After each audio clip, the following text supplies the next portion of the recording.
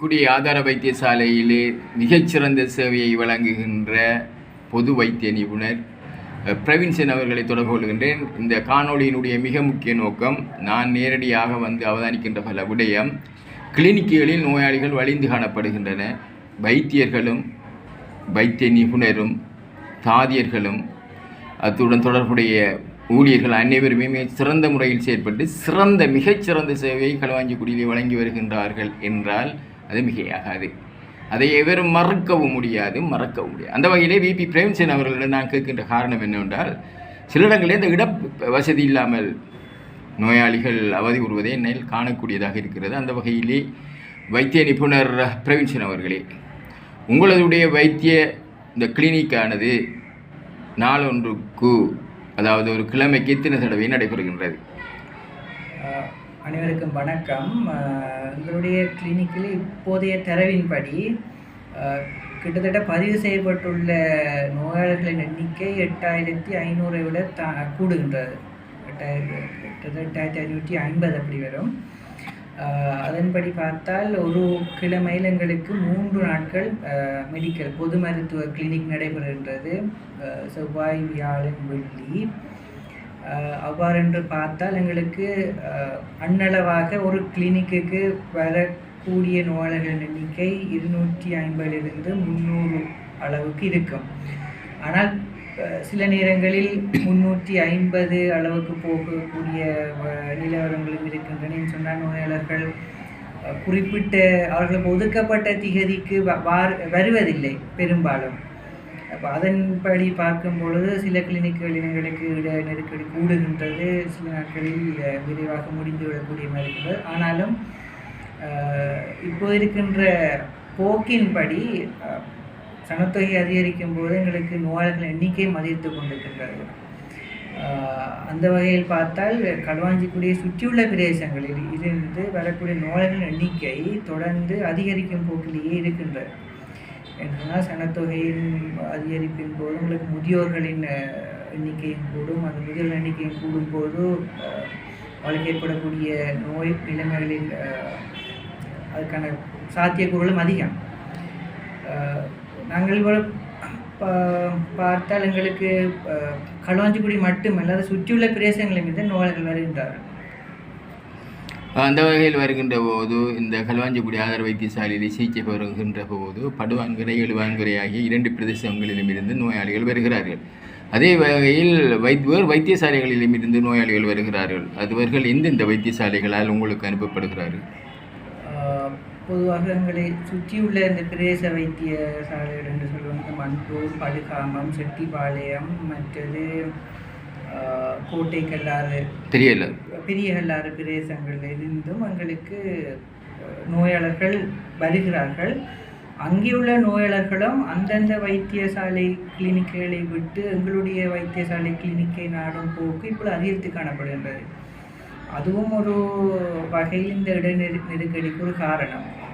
இதுதான காரணம் என்னவென்று சொன்னால், அங்கே உள்ள பிரதேச வைத்தியசாலையில் உள்ள வளப்பற்றாக்குறை. போதுமான வைத்தியர்கள், போதுமான இரத்த பரிசோதனை செய்வதற்கான வசதி அங்கே இல்லை. அதைவிட மருந்துகள், பிரதேச வைத்தியசாலைகளிலே மருந்துகள் குறிப்பிடத்தக்க அளவில் ஒரு மட்டுப்படுத்தப்பட்ட அளவுகள் தான் கிடைக்கின்றன. அதுவும் எல்லா வகையான மருந்துகளும் கிடைப்பதில்லை. ஆகவே அங்கே உள்ள நோயாளர்களும் இந்த வைத்தியசாலையைத்தான் பிரதானமாக நாடி வருகின்றார்கள். அப்போ அந்த வகையில் பார்க்கும் பொழுது களுவாஞ்சிக்குடி ஆதார வைத்தியசாலை பெரிய அளவிலான ஒரு மக்கள் பரப்பளவை கவர்னர், அதாவது பெரிய அளவிலான ஒரு நிலப்பரப்பு மக்கள் களுவாஞ்சிக்குடி ஆதார வைத்தியசாலையை சேவைக்காக நாடி வருகின்றனர். அது ஒரு பெரிய பிரச்சனையாக வரும்.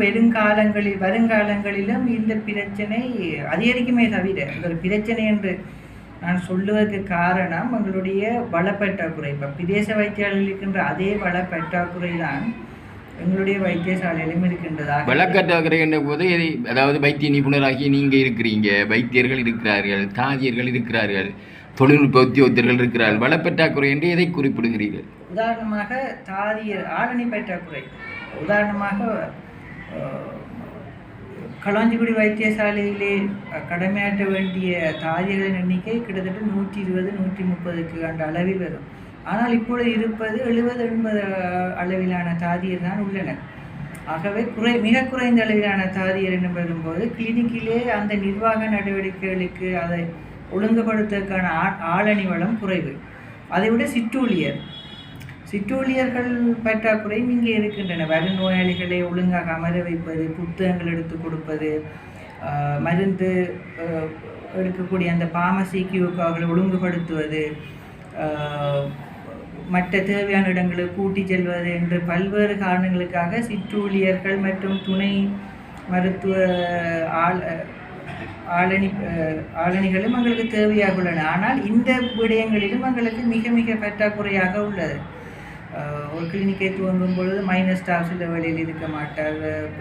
நாங்கள் செக்யூரிட்டியை வைத்து கொண்டு தான் இப்பொழுதோ பெரும்பாலான நடவடிக்கைகளை ஒழுங்குபடுத்தக்கூடியமாக இருக்கின்றது என்று சொன்னால் எங்களுடைய மனித வள பற்றாக்குறை மிக குறைவு உண்மையாக. அதைவிட 4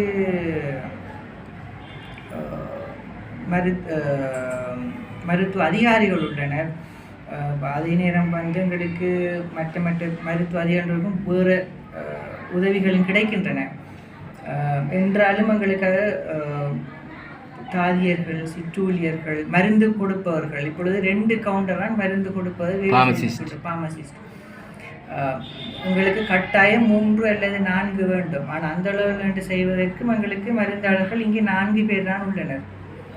அப்போ இன்னொரு கவுண்டரை திறப்பதற்கு கூட இங்கே இடவசதி காணாது. அதே போல் வருகின்ற நோய்கள் இருப்பதற்கான இடவசதி குறைவு.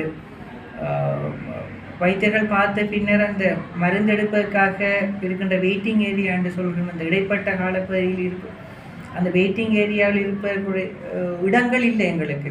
இப்போ நாங்கள் தற்பொழுது பாவித்து கொண்டிருப்பது ஆம்புலன்ஸ் சாரதிகள் பாவிக்கக்கூடிய அந்த அறையும் அந்த மண்டபம் உள்ள ஒரு இடத்தில் தான் கதிர்களை போட்டு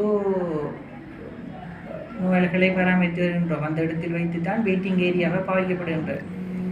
அப்போ இது இன்னும் சில வருடங்களில் சனத்தொகைக்கேற்ப மக்களும் இங்கே கூட வரும் பொழுது இது ஒரு பிரச்சனையாகத்தான் வரும். நாங்கள் வைத்தியர்களால் எவ்வளவு வினைத்திறனாக சேவை வழங்கினாலும் இந்த காரணிகளால் இது ஒரு பிரச்சனையாகத்தான் வரும். ஏனென்றால் நோயாளி வேகமாகவும் பார்க்க முடியாது. நாங்கள் குறிப்பிட்ட நேரம் நோயாளியோடு செலவழிக்கத்தான் வேண்டும். அவ்வாறு இருக்கும் பொழுது எங்களுக்கு சனத்தொகை கூடும் பொழுது இது ஒரு பிரச்சனையாக எதிர்காலத்தில் இன்னும் ஒரு 4-5 வருடங்களில் இன்னும் இது ஒரு தீவிரமாக வரக்கூடியதாக தான் இருக்கும். அவர் பார்க்கும்போது ஒரு 3 மாடி கட்டிடம் ஒன்று நிச்சயமாக தேவை. அப்படிதான் களுவாஞ்சிக்குடியில் பொது மருத்துவ சாய்சாலை மட்டுமின்றி சத்திர சிகிச்சை, சிறுவர் மருத்துவம், மற்றது மகப்பேற்று மற்றும் பெண்களுக்கான கிளினிக், மனநோயாளிக்கான கிளினிக், தோல் நோயாளருக்கான கிளினிக் என்று கிளினிக் என்று கிளினிக்குகளுக்கு என்று சொல்லியே நிறைய கிளினிக் இங்கே நடக்கின்றன. அப்போ இவை அனைத்துக்கும் நாங்கள் ஒரு பொதுவாக ஒரு பில்டிங், ஒரு கட்டிடம் ஒன்று எடுப்பது தான் உண்மையாக சிறந்த ஒரு விடயம். அவ்வாறு ஒரு தனி கட்டிடம் எடுப்பதற்கான இடவசதி இங்கே இல்லை. ஆகவே தான் நான் நினைக்கிறேன் அதற்காக ஒரு டெடிக்கேட்டட் பில்டிங், அதாவது கிளினிக்குகளுக்கு என்று குறிக்கப்பட்ட ஒரு கட்டிட ஒரு அமைப்பு ஒன்று இருக்குமானால் அது மிக மிக உதவியாக இருக்கும். என்று சொன்னால் இப்பொழுதே நிலவரம் இல்லை. நாங்கள் இன்னொரு 50 வருடங்களுக்கு பின்பு என்ன நடக்கும் என்பதை நாங்கள் யோசித்து பார்த்து அது இப்பொழுதே திட்டமிட வேண்டும். அது கட்டாயம் ஒரு 3 மாடி கட்டிடம் கட்டாயம் வேண்டும். ஏனென்று சொன்னால் கிளினிக்குகளும் வரும்போது அதுக்குரிய மருந்துகளை வைக்கும் இடம், கொப்பிகள் வைக்கும் இடம், உபகரணங்கள் என்று அதற்கு வேறையாக தனி இடம் ஒன்று தேவைப்படும். அதைவிட எங்களுக்கு இப்பொழுது இருக்கும் என்று பார்த்தீங்கன்னு சொன்னால் ஓபிடி என்று சொல்கிற இந்த இடமும் இடியு என்ற இடமும் வேறு ஒரு இடத்தில் இருக்குது. அதை நாங்கள் ஒரு இடத்தில் கொண்டு வருவது தான் நோய்களுக்கான சிறந்த சேவை வழங்கக்கூடியதாக இருக்கும். அதன் மூலமாக அனாவசியமாக விடுதிகளில் அனுமதிப்பது குறையும், நோய்களுக்கு மிக சௌகரியமாக இருக்கும். இடியு என்று சொல்லப்படுகின்ற அவசர சிகிச்சை பிரிவு, மற்றது ஓபிடி என்று சொல்லக்கூடிய வெளிநோயாளர் பிரிவு, இரண்டும் மிக அருகருகாக இருக்கும் பொழுதுதான் சொன்னால் இரண்டையும் எங்களுக்கு கொண்டு நடாத்துவதற்கு தாதிய உத்தியோகத்தர் பற்றாக்குறையும் உள்ளன, இடவசதியும் குறைவாக உள்ளது. அப்போ கிளினிக் என்று வரும்பொழுது அதனுடன் சேர்த்தவாறு இந்த கட்டிடங்களை நாம் கொஞ்சம் மாற்றி அமைத்தால் சிறப்பாக இருக்கும். தடையில்லாத ஒரு சிகிச்சை வழங்கக்கூடிய மாதிரி இருக்கும். இந்த காணொலியை நான் எடுப்பதற்கு சற்று முன் நான் வைத்திய தீர்ச்சர் பொழிந்திரநாதன் அவர்களுடன் தொடர்பு கொண்டு அனுமதியை பெற்ற பின்பே தற்போது பொது வைத்திய நிபுணர் பிரவின்சன் அவர்களிடமும் நான் இந்த காணொலியை மேற்கொள்கிறேன். அந்த வகையில் பொது வைத்திய நிபுணர் பிரவின்சன் போன்று, அதே போன்று நான் ஞாபகப்படுத்த வேண்டும், எமது மகப்பேற்று வைத்திய நிபுணர் வசந்தராஜா போன்று பலர் இருப்பார்களாக இருந்தால், எல்லாவற்றையும் மறைக்காமல் தகர்த்து விடுவார்களாக இருந்தால் இந்த வைத்தியசாலை நிச்சயமாக முன்னேறும் என்பதில் எவ்வித ஐயமும் இல்லை. அந்த வகையில் தான் அன்று வசந்தராஜா அவர்கள் கூறினார், அதாவது அவருடைய ஸ்கேனிங் மிஷின் சம்பந்தமாக, அந்த ஸ்கேனிங் மிஷின் சம்பந்தமாக வெளிப்படுத்தினார். ஆனால் அதுக்கு தீர்வு கிடைத்தது. அதே போன்று தற்போது பொது வைத்திய நிபுணர் பிரவின்சன் அவர்களும் வெளிப்படுத்தியுள்ளார். இந்த வகையில் தீர்வு நிச்சயமாக முக்கியம். ஆகவே இந்த காணொலியை பார்க்கின்ற நமது மாவட்ட அரசியல்வாதிகளே, நான் உங்களிடம் அன்பாக கேட்கின்ற விடயம், பூனைக்கு மணிகட்டுவது யார் என்பதை விட்டுவிட்டு நான் மணிகட்ட துணிந்து விட்டேன் என்று செய்து இந்த வைத்தியசாலையிலே ஒரு 3 மாடி கட்டடத்தை அமைப்பதற்கு எதிரே உள்ள குளம் நிரப்பப்பட்டு 20 அடிக்கு அனுமதி வழங்கப்பட்டிருக்கின்றது கமநல சேவைகள் ஆணையாளர்னால். அந்த வகையில் அதை 40 அடி அனுமதியை பெற்று 3 மாடி கட்டடம் ஒன்றை அமைப்பதற்கு உதவி புரிய இருக்கும். நான் உதவி செய்தேன் என்று மார்பு தட்டி பேசக்கூடிய இவையில் வருகின்ற அரசியல்வாதி யார்? பொறுத்திருந்து பார்ப்போம். நன்றி, வணக்கம்.